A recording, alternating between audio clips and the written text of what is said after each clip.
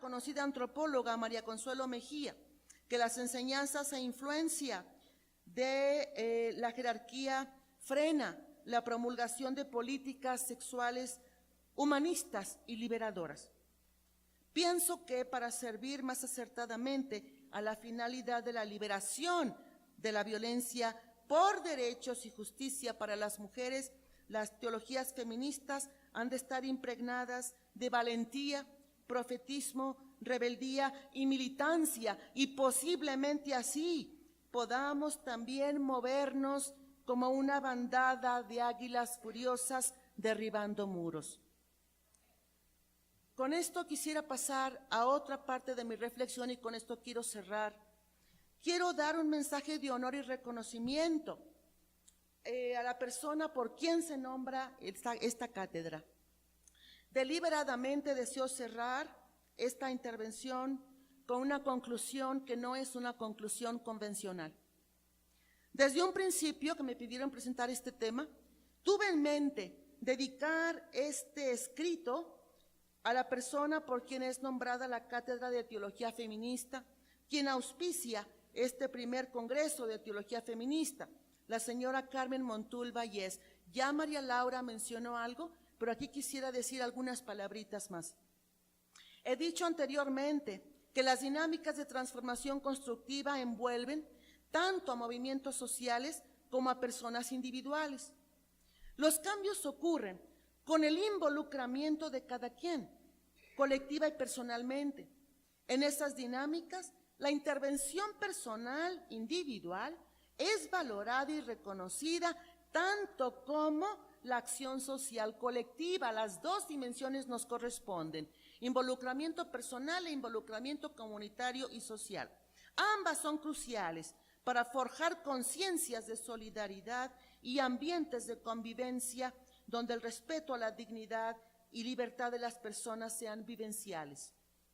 Con gran probabilidad, al igual que mi propia madre, la señora Montul Vallés jamás nació o creció en un contexto compatible con una visión feminista del mundo, ni imaginó jamás la posibilidad de que en México existiera una cátedra de teología feminista, y nunca se imaginó lo que harían sus hijas.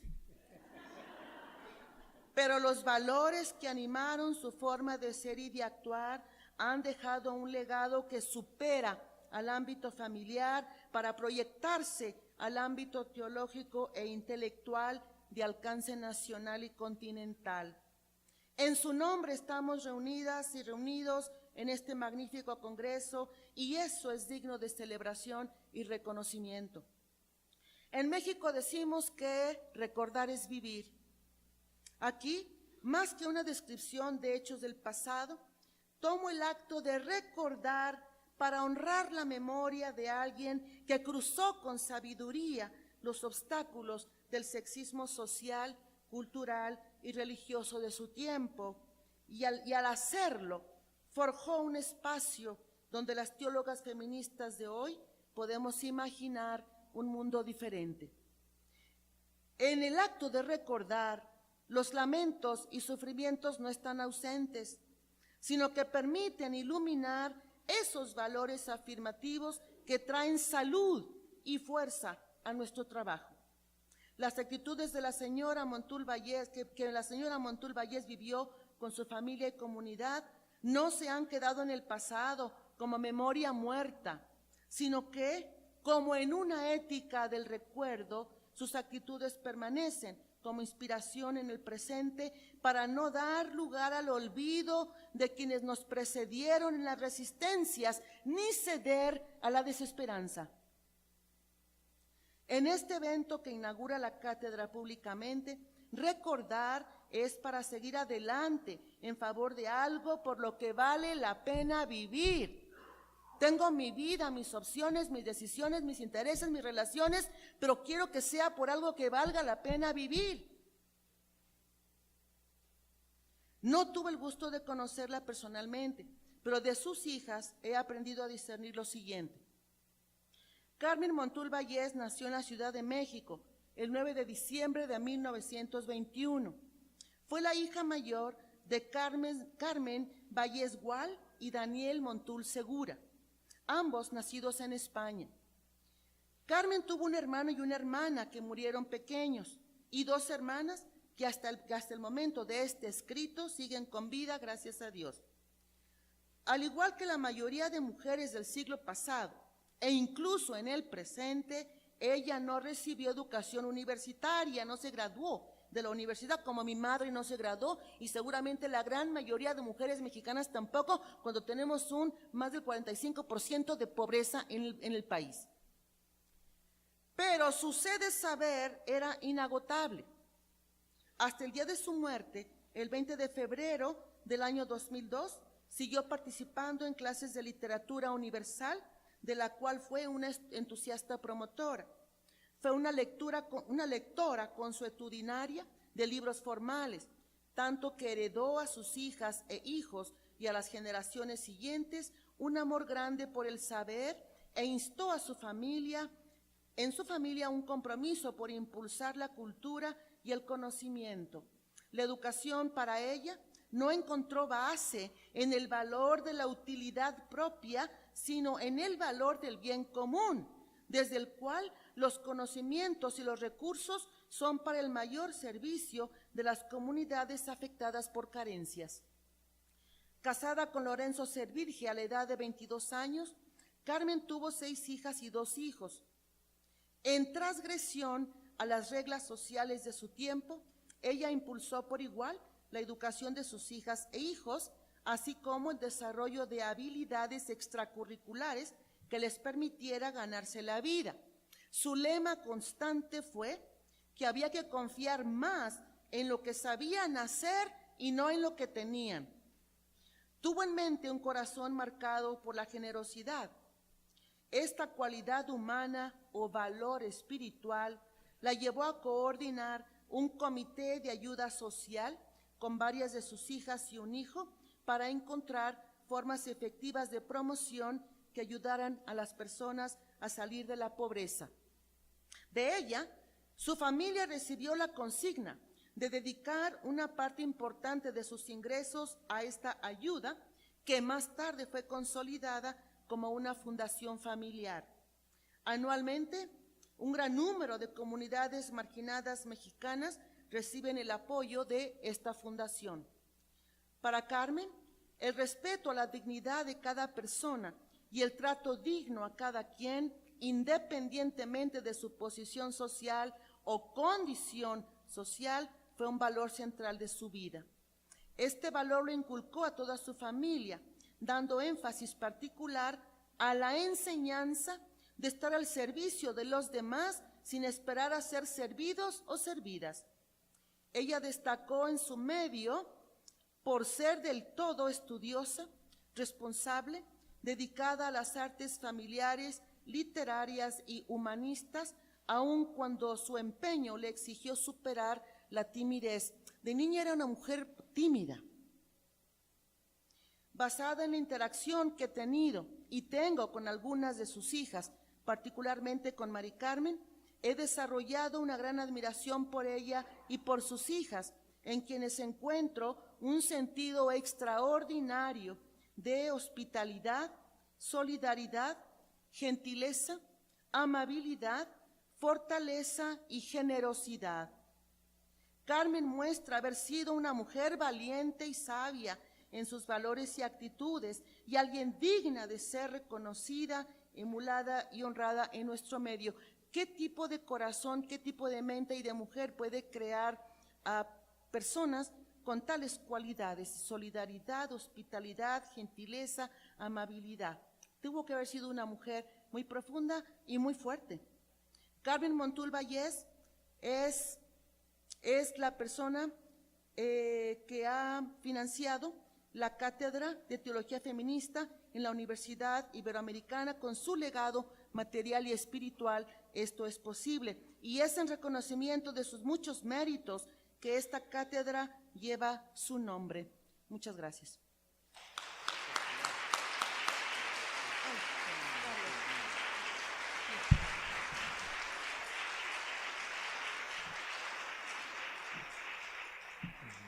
Gracias, María Pilar, por estas ideas retadoras sobre, al menos yo distinguí 3 grandes líneas de discusión y ahora con las preguntas vamos a irlas incluyendo.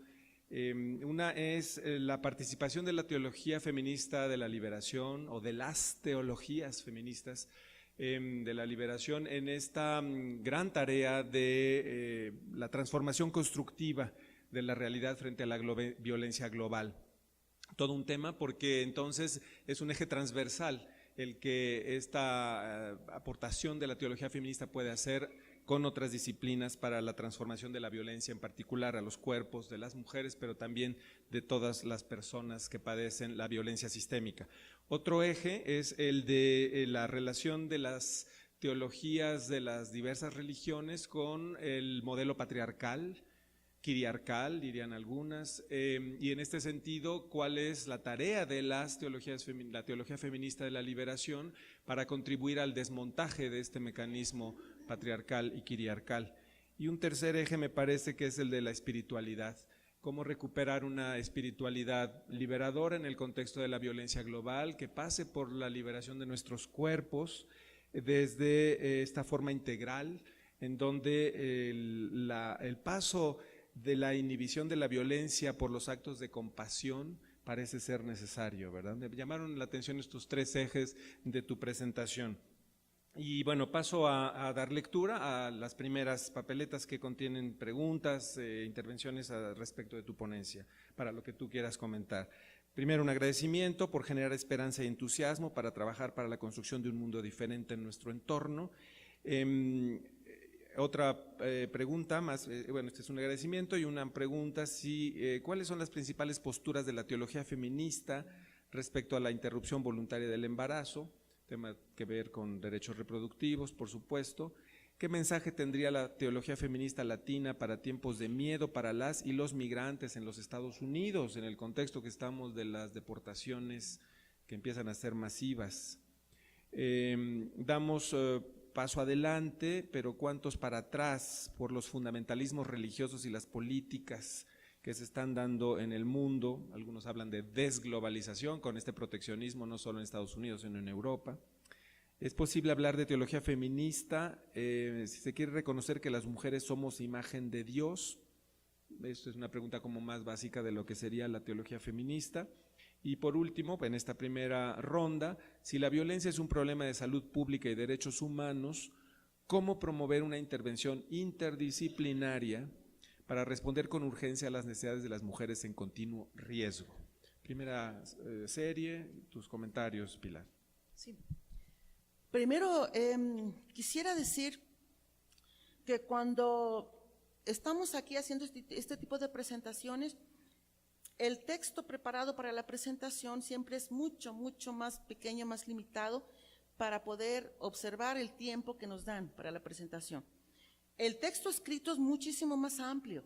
El texto escrito les proporciona, aquí no hablé, por ejemplo, de las definiciones de los movimientos sociales y cómo es que los movimientos sociales nos están indicando las raíces fundamentales de la violencia contra las mujeres, los cómo y qué, cómo se está haciendo. Entonces, el texto escrito que va a ser publicado, mañana tenemos un taller sobre presentación de la memoria.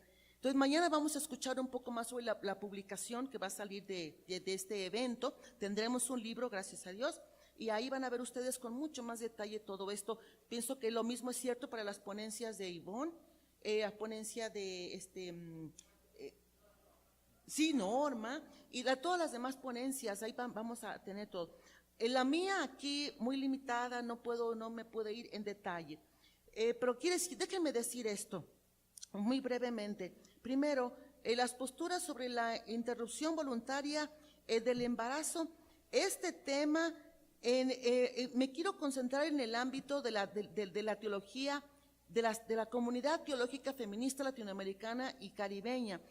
Ahí posiblemente Ivonne sería la persona para responderla, pero yo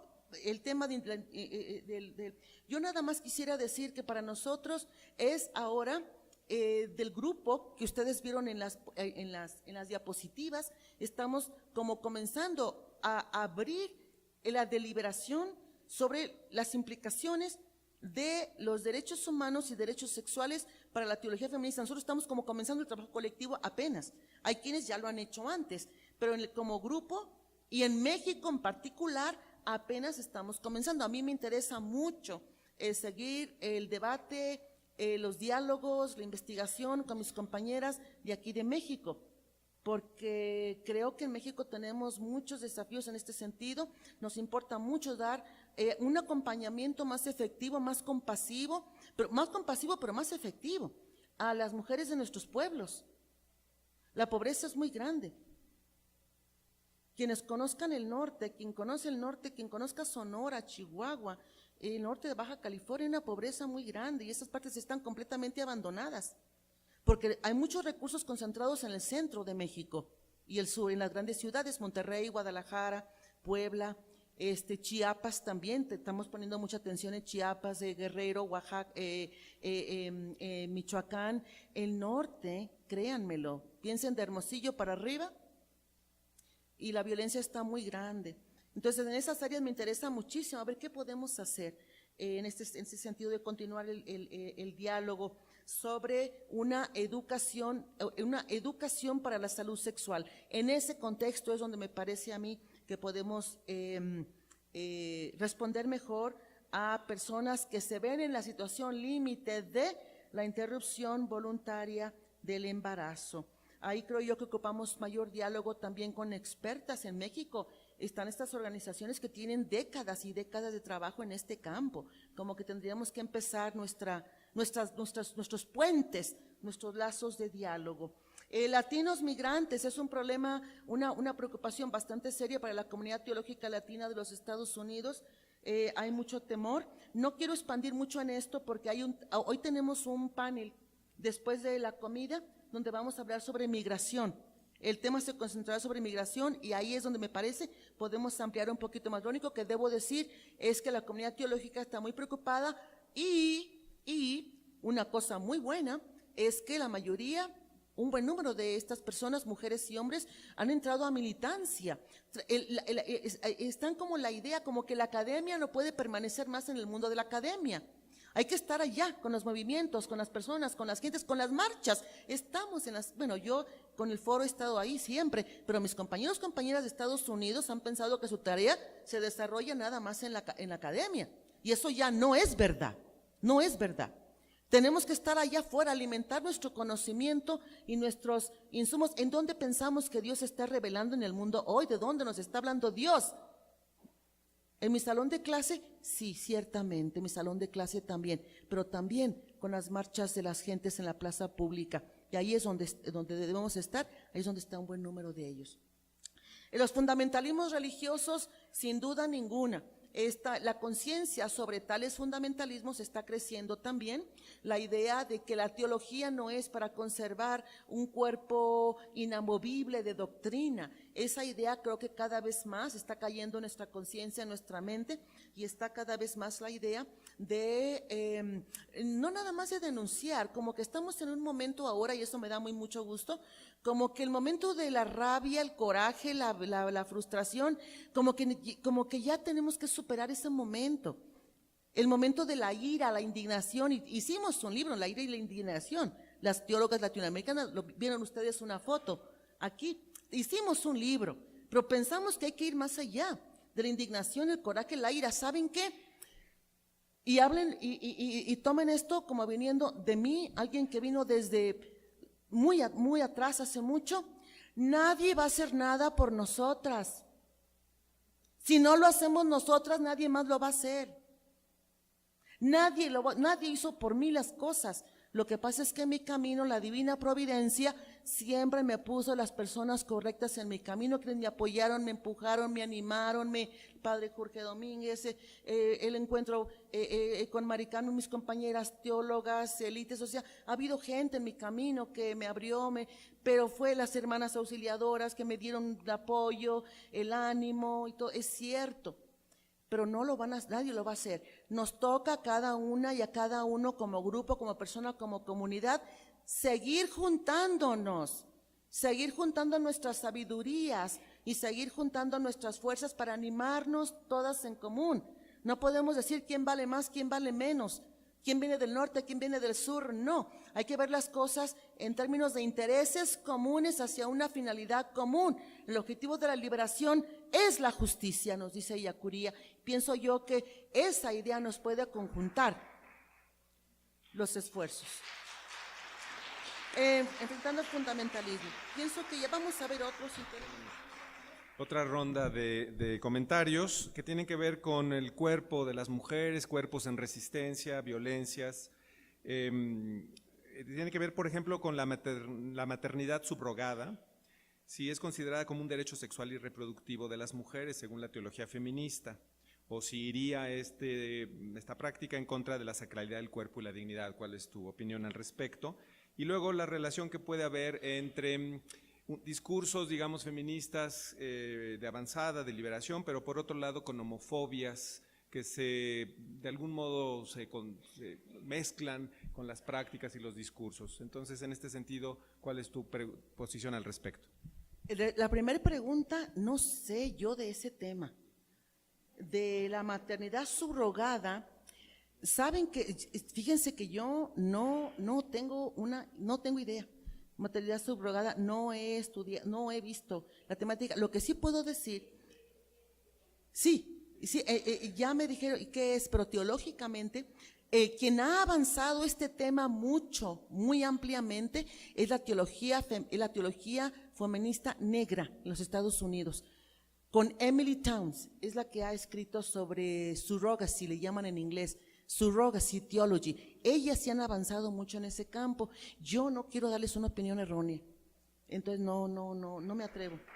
Sí, pero sí hay trabajo. Las homofobias sin duda ninguna. En las teologías, debo decir que hay una diferencia muy grande, ¿saben?, entre el ámbito cultural, religioso, teológico, académico mexicano, al ámbito más amplio. Y eso porque, y el padre Carlos lo sabe, como nuestra tarea común en la Sociedad Teológica Católica de América, en la comunidad latina, mi trabajo con el Foro Mundial de Teología y Liberación, no existe tanto.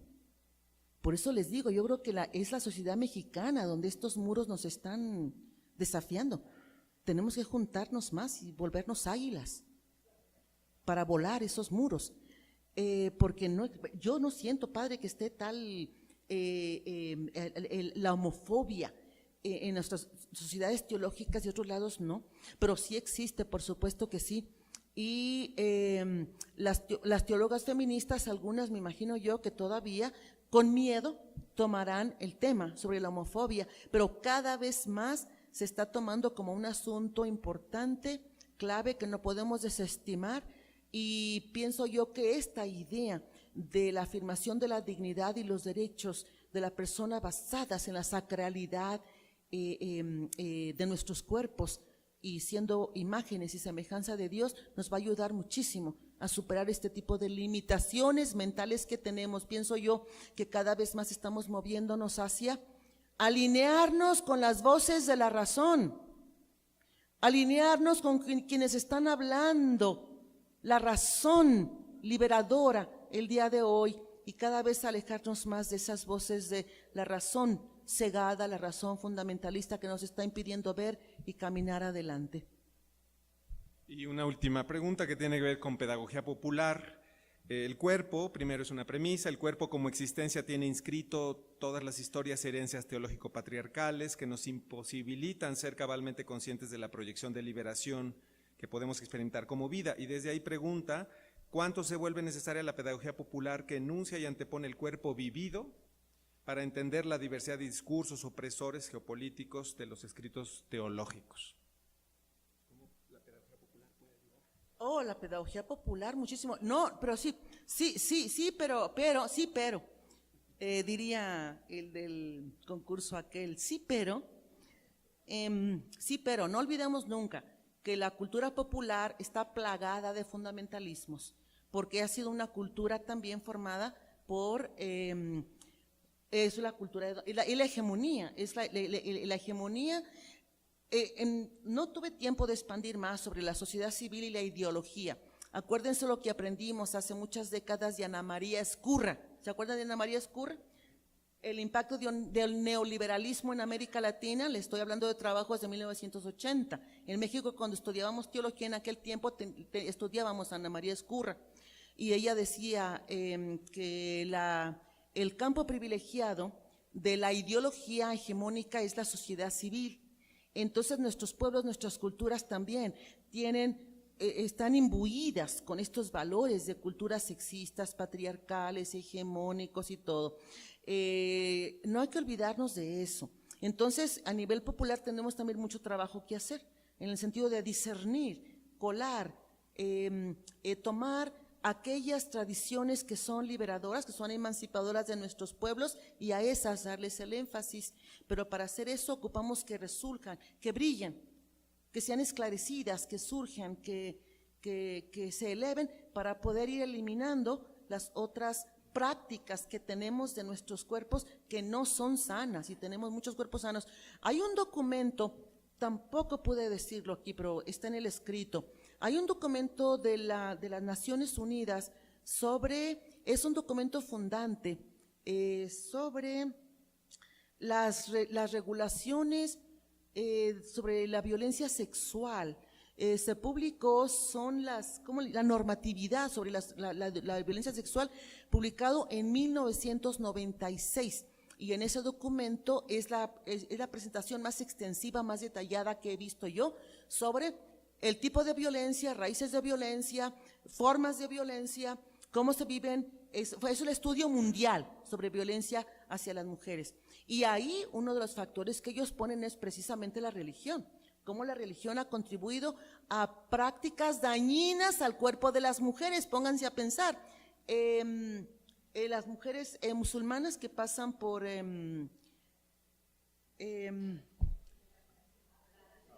a la ablación, sí, por razones culturales y religiosas.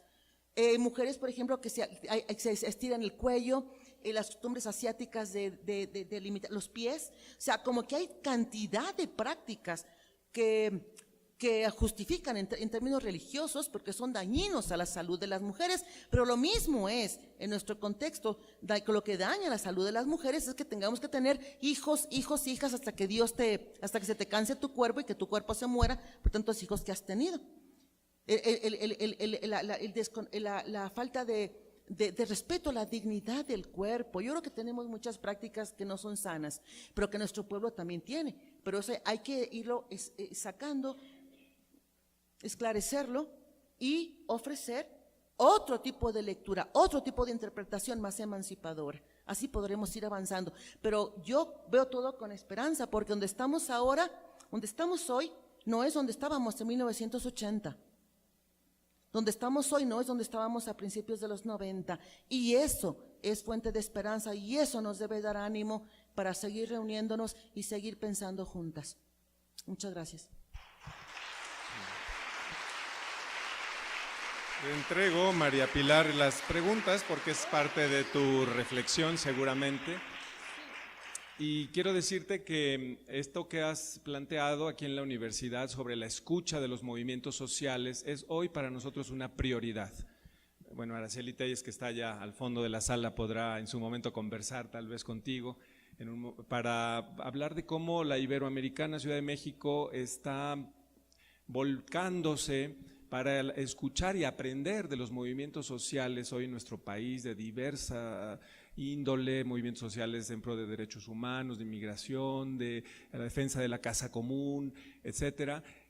Cómo la universidad tiene que aprender y reformar incluso nuestras metodologías de aprendizaje, de investigación, de docencia, para poder generar conocimiento junto con estas víctimas sistémicas que desde su resiliencia, sus resistencias múltiples generan el cambio de mundo que todos anhelamos. Iglesias por la Paz, Observatorio Eclesial, hay tantas iniciativas que están ahorita en México que más bien deben ser como fuente, hay que seguir apoyando todo eso. Y en ese camino andamos. Entonces andamos contigo. Consideramos que tú, María Pilar Aquino, eres una hermana mayor en esta lucha, en esta búsqueda de conocimiento, de reflexión crítica, Digo lo mayor por tu experiencia. No, dice la viejita, no, la experiencia, la sabiduría. En los pueblos originarios ya ves que hasta hay que poner la frente así para que tú nos toques con tu mano. Y te agradecemos mucho en nombre de la cátedra y de la teología feminista, pues te damos este regalo que, bueno, pues es un símbolo de lo que es nuestra cultura, el rebozo que es cuna y mortaja, y una constancia que acredita tu participación. Un gran aplauso a María Pilar Aquino.